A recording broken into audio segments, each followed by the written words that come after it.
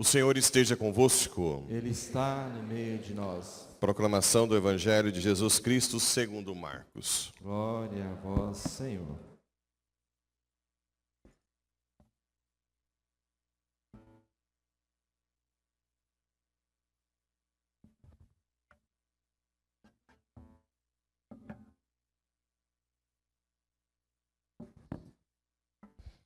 Naquele dia, ao cair da tarde, Jesus disse a seus discípulos: Vamos para outra margem. Eles despediram a multidão e levaram Jesus consigo, assim como estava na barca. Havia ainda outras barcas com ele. Começou a soprar uma ventania muito forte, e as ondas se lançavam dentro da barca, de modo que a barca já começava a se encher. Jesus estava na parte de trás, dormindo sobre um travesseiro. Os discípulos o acordaram e disseram: Mestre, estamos perecendo e tu não te importas? Ele se levantou e ordenou ao vento e ao mar: Silêncio, cala-te. O vento cessou e houve uma grande calmaria. Então Jesus perguntou aos discípulos: Por que sois tão medrosos? Ainda não tendes fé? Eles sentiram um grande medo e diziam uns aos outros: Quem é este, a quem até o vento e o mar obedecem? Palavra da salvação. Glória a vós, Senhor.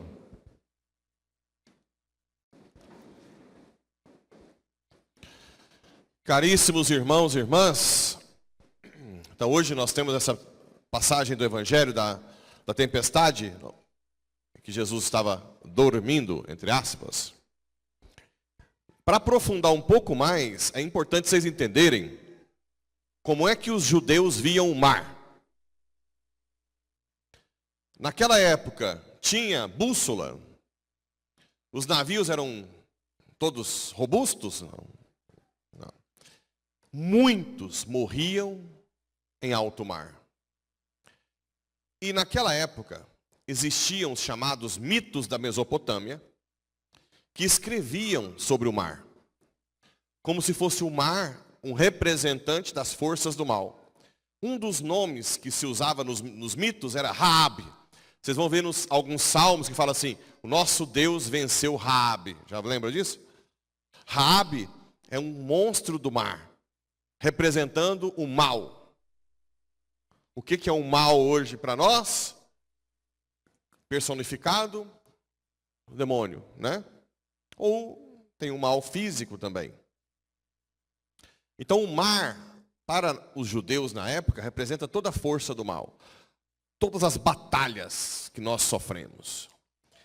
Então o que a igreja fez? Pegou uma passagem de Jó, em que mostra que quem na verdade fez o mar e controla o mar é quem?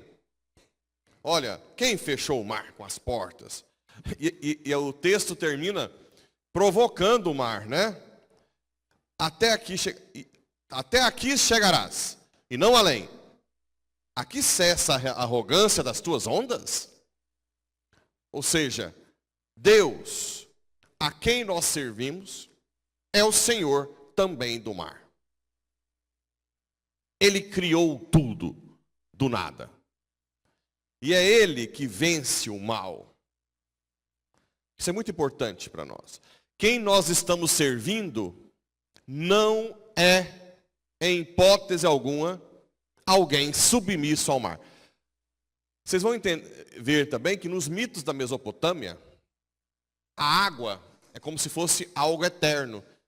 Não sei se vocês observaram, mas em Gênesis, Deus não cria água, separa, já viram? Deus não criou. Porque, na verdade, os judeus pegaram mitos e, os judeus não, o Espírito Santo, usou do conhecimento que os judeus tinham dos mitos e inspirou verdades.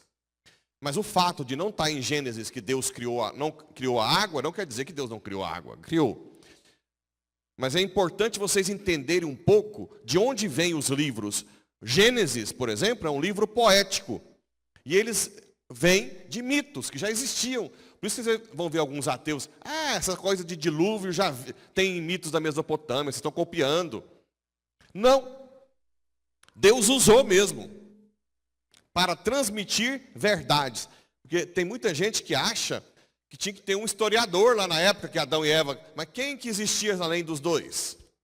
Então, como é que você vai criar um historiador, querer que conte uma história de tudo? Alguém que viu. Vocês vão ver alguns desses muitos cientistas, né? Não se consegue provar que o Mar Vermelho se abriu. Claro, depois que o mar abriu e fechou, só viu quem estava lá, ué. Se o Caiapó ia abrir agora e fechar, se nós demorar a chegar lá, vamos ver alguma coisa? Como é que você quer provar que o Mar Vermelho se abriu? Cuidado com esses cientificismos que deixam burro a pessoa. Emburrecem, né? Então é claro que os únicos testemunhos do Mar Vermelho é quem estava lá. Bem, então entendendo um pouco o contexto, na cultura judaica, o mar, sempre como algo de medo, que dá medo quando está com as ondas, né? A gente vê esse momento em que Jesus está ali na barca, aparentemente dormindo, e os apóstolos começam a aparecer e dizem: Senhor, não te preocupas conosco? Quantas vezes nós estamos passando por dificuldades graves e achamos que Deus nos abandonou? Quantas e quantas vezes?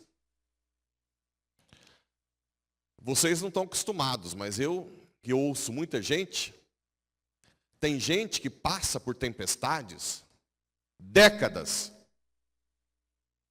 Estão me ouvindo? Décadas. Nasceu em família sem pai ou mãe, madrasta que humilhava desde pequeno, que não dava comida para um, só para o filho. Depois cresce na adolescência, tenta sair de casa o mais rápido possível, casa mal, o marido espanca, humilha, depois não tem nem para onde correr. Gente que ficou passando a infância e a adolescência de casa em casa. Já ouvi de tudo. Décadas de sofrimento. Décadas. E é claro que a nossa moção principal é: como que pode Deus deixar isso? Não é isso? Se Deus é forte e poderoso, por que Ele deixa isso? Imagina uma criança, uma jovem que é raptada para ser usada no tráfico sexual de crianças, usada dia e noite com drogas, até morrer. Outros que foram, a gente vê em jornais, colocados em cativeiros como escrava sexual por anos e anos e anos e anos e anos e anos e anos e anos. Nós temos a tendência de dizer: Pai, Senhor, por que dormes? Tudo que estamos vivendo hoje de injustiça, de querer matar criança, por que dormes? Onde estás tu, Senhor? Por que não olhas para nós? Bem, eu já expliquei algumas vezes e vou explicar novamente. O que é o mal? O mar revolto hoje, o que é o mal? É algo que Deus quer? Não. O que é o bem? Vamos lá. O que é o bem?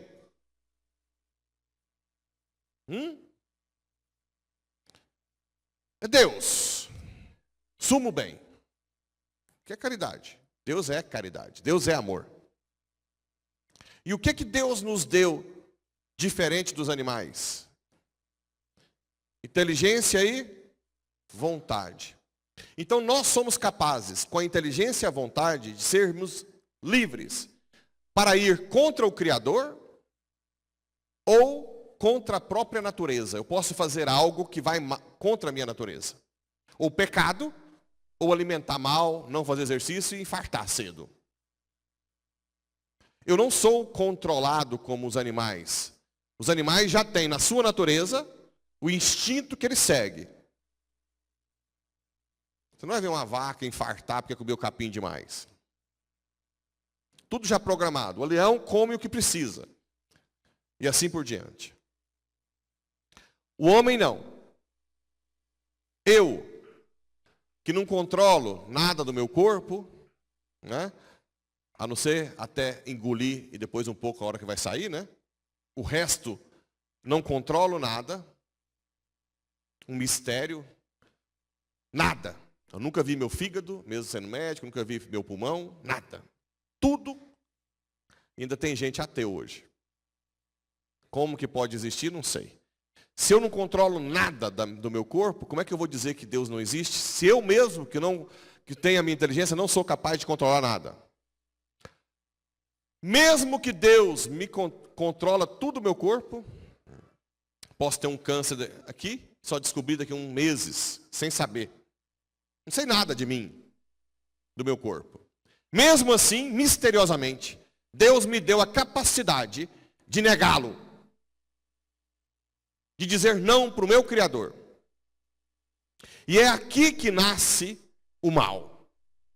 Meu livre-arbítrio de dar as costas ao bem.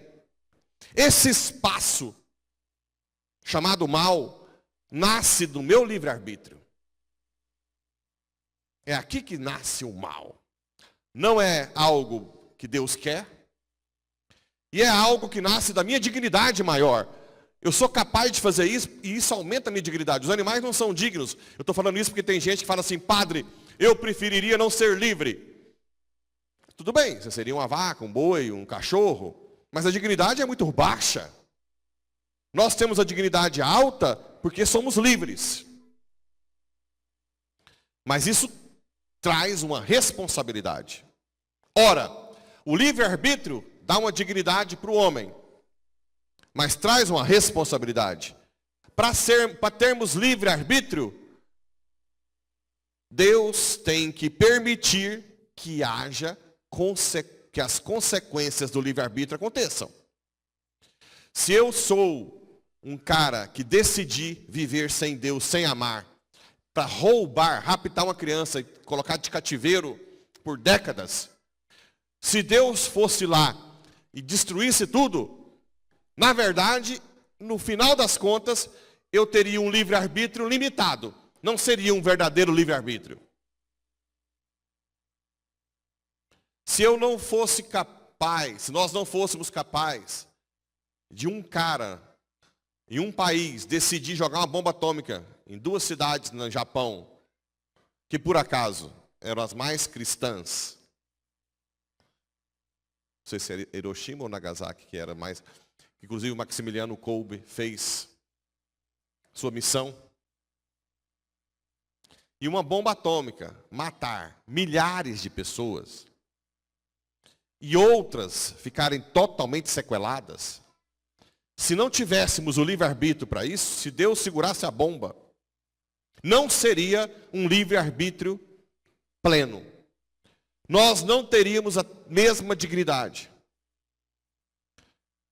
Agora, nós temos que também ver a proporcionalidade do mal, comparando com a proporcionalidade do mal, aqueles que optam pelo bem. Como, por exemplo, Madre Teresa de Calcutá. Madre Teresa de Calcutá se desligou da sua congregação, que ela era professora em Calcutá, e foi morar na favela. Na favela. Sem dinheiro, sem nada. Pegou uma maletinha de roupa lá, uma muda de roupa, como diz aqui, e foi morar na favela. No meio da favela, sem ninguém, sem dinheiro, sem qualquer apoio. Começou atendendo um por um nas favelas. Depois algumas foram seguindo ela, se juntaram a ela, até que ela viu que Deus ia suscitar uma congregação para ela, das Irmãs da Caridade. E quando ela morreu, ela estava em 27 países com Prêmio Nobel da Paz. Isso é normal? Não. Não é. Da mesma forma que uma bomba mata milhares de pessoas lá no Japão, uma guerra que alguém decreta, um Hitler, por exemplo, que mata milhões de judeus, milhões de pessoas. Os santos, quando optam pelo bem, também criam uma coisa totalmente desproporcional. Existe uma batalha espiritual do bem e do mal. Então vejam bem, as pessoas que optam pelo mal, as consequências, e as que optam pelo bem, as consequências. Agora vai. Se Deus não pode impedir o grande mal dos grandes tiranos, e as pessoas inocentes que sofrem o mal? E as pessoas sequeladas de Hiroshima e Nagasaki? E essa criança que foi presa num cativeiro décadas de escravidão sexual? Que culpa tem? Não é essa a pergunta? Que culpa tem? Inclusive vocês, nós, vamos ser muitas vezes daqui para frente acusados. Se o seu Deus é poderoso, se o seu Deus é amor, por que ele permite essa criança ter passado por isso? Por quê? Bem, a primeira resposta, eu já falei. Deus não pode impedir as consequências do livre-arbítrio de alguém que dá as costas para o bem. Não pode. Isso é um fato. Porque senão geraria uma contradição nele mesmo. Ele quis nos dar o livre-arbítrio. E ele tem que deixar que tenha consequência. Mas Deus pode agir de duas formas. Mesmo com o mal que está aí. Uma, a graça que Deus dá aos santos para suportar o mal. Se vocês lerem biografias de santos, vocês vão ver como eles sofreram e como eles encaravam o sofrimento. Todos conseguiriam ser alegres, esperançosos no meio da tempestade do mar. Todos. Todos superaram com uma graça que vem de Deus, que dá uma fortaleza que não é humana, com uma esperança que vem de Deus que não é humana, com uma alegria que vem de Deus que não é humano, no meio da tempestade. E eu posso dizer que as crianças são santas por si só, porque elas não experimentaram ainda a malícia do pecado. Como assim, padre? Eu acredito que essas crianças num cativeiro tiveram a graça de Deus por serem crianças, por serem puras. É um mistério. Mas por que eu estou dizendo isso?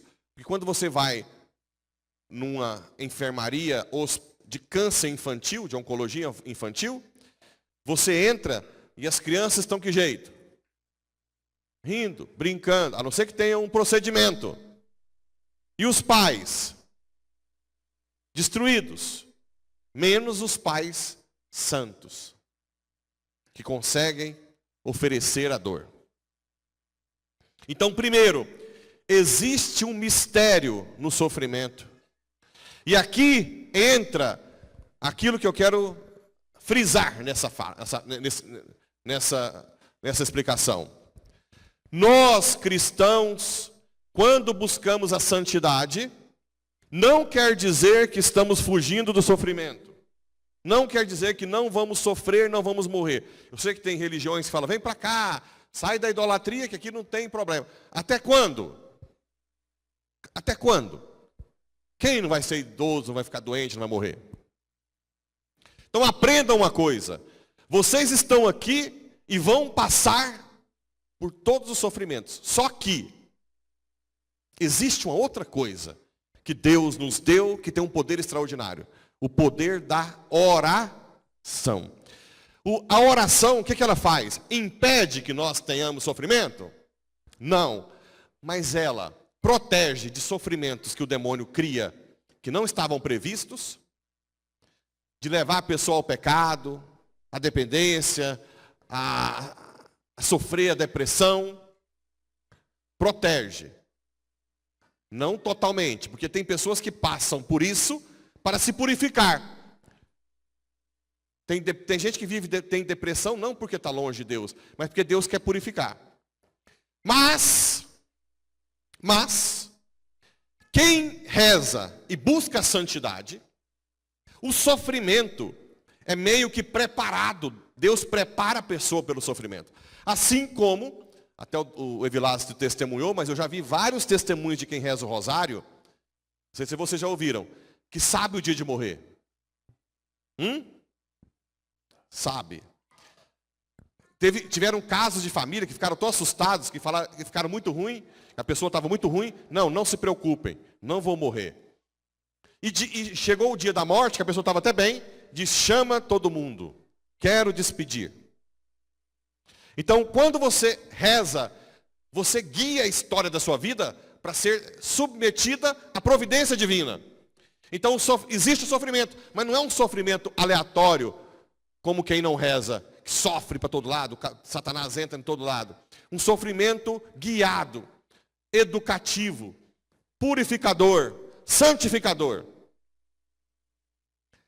Quem ama a Deus sobre todas as coisas, sofre, às vezes muito, mas de uma forma completamente diferente de quem não busca a Deus. Essa é a diferença entre nós e quem está na sua casa com preguiça hoje, comendo e bebendo igual um porco, porque é domingo, ouvindo um monte de música, que não vai levar a nada. Eles podem sofrer a mesma coisa que nós, mas a forma que nós vamos sofrer é completamente diferente. Por causa da graça de Deus. Tem até um salmo que fala isso. Nós sofreremos de uma forma diferente, porque Deus está conosco. Lembra de novo daquela... Eu sempre quero depois pesquisar o nome dela, eu esqueço a Carmelita da Argentina, que estava com câncer, e ela não deixava fazer morfina, ela morreu sorrindo. Lembram da foto, né? Eu já pesquisei uma vez, mas já esqueci, minha cabeça está... Uma foto que ficou emblemática, ela rindo. Não me tirem do meu amado, quando eu ia fazer morfina. Não me tirem do meu amado. Então, a primeira coisa é o mistério do mal. E a outra coisa que Deus dá àqueles que são vítimas. Bem-aventurados os aflitos, porque deles é o reino dos céus, é a chamada vida eterna. Só a vida eterna já vale a pena para quem sofreu tanto. Basta a vida eterna. Por quê? Porque ela é eterna. E diante de um intervalo de vida, a eternidade, aquele intervalo de vida se torna desprezível. Está na Bíblia, né? Uns vivem 80, 90, mas tudo vaidade. Eclesiastes, né? Tudo vaidade. A eternidade, e o próprio Cristo diz que será como um parto, né? Ninguém vai lembrar do sofrimento. Só a vida eterna já é algo que dá justiça aos aflitos. Então, esse é o mistério do mal. O livre-arbítrio, que tem as suas consequências, mas Deus dá uma graça a quem sofre. Dá. Eu já contei, se eu beber, ficar tonto, bêbado, comer o carro, e tiver uma criancinha na calçada, de 3 anos, único filho, que a mãe já tirou o útero, lindo, sabe tudo, sabe quase aprendendo a ler, e o carro vai, passa na cima da cabeça, não tem como Deus tirar a criança. Mas Deus pode dar a vida eterna para a criança e pode dar para os pais que buscam a Deus uma força extraordinária, como deu a mãe da Alana, quando disse, diga para eles, padre, Pablo, na época não era padre, que é possível uma mãe que perdeu 2 filhos ser feliz, porque eu aceito a vontade de Deus. Eu ouvi isso. Então não é que somos diferentes, isentos de sofrimento, é que nós sofremos diferente. E o sofrimento da oração é guiado. Deus prepara. E quando você está sofrendo, você vê o sentido daquilo, você oferece aquilo, e aquilo salva a sua família inteira. Entenderam? E aí vem essa coroação de São Paulo. De fato, Cristo morreu por todos, para que os vivos não vivam para si mesmos, mas para aquele que por eles morreu e ressuscitou. A nossa vida de fé tem que nos levar à doação. A doação à igreja, a doação ao próximo. E é isso que vai fazer que a gente sofra cada vez menos com o sofrimento que nós teremos interiormente. Uma vida de fé provada no amor. E é aqui que eu vou terminar. O antídoto do mar, Raabe, chama-se o amor em Deus. Quem ama, sofre feliz. Quem ama a Deus, passa pelas dificuldades por amor a Ele, feliz. É o amor. Por isso que ao invés de nós ficarmos, uma vez eu estava pensando, olhando para a cruz, eu falava assim, mas Jesus, o Senhor sabe que eu não gosto de sofrimento. Eu detesto. Né? Eu não fui criar. Quem é criado na roça, trabalhando, já tem uma fortaleza normal, concordam? Vai trabalhar com esticando arame, no sol, e cai, bate um pau na cabeça de lá, vai para a portagada, a porteira bate do... Né? Você já tem uma fortaleza. Porque você pode adquirir uma fortaleza humana. No meu caso não foi assim. E aí veio uma voz no meu coração. Meu filho, não foque em querer sofrer, já que para você é difícil. Foque em querer me amar. Porque se você me ama, você vai para a cruz por amor. Essa é a chave. Né? É com amor. Como aquela mãe que eu disse que tinha dificuldade de fazer jejum. E quando a filha estava com câncer no Araújo Jorge, teve um dia que ela teve que ir, vai para lá, pega resultado de biópsia, pega tomografia. Quando chegou no final da tarde, você almoçou? Almoçar? Não. Nossa, nem lembrei. Mas como é que alguém que não consegue fazer 1 hora de jejum, esquece de almoçar? O amor. O amor à filha. Então foquem, cristãos, em amar a Deus. E Ele vai ensinar a amar o próximo, a se doar, como diz São Paulo. E aí, mesmo que venha sofrimento, nós seremos felizes no sofrimento.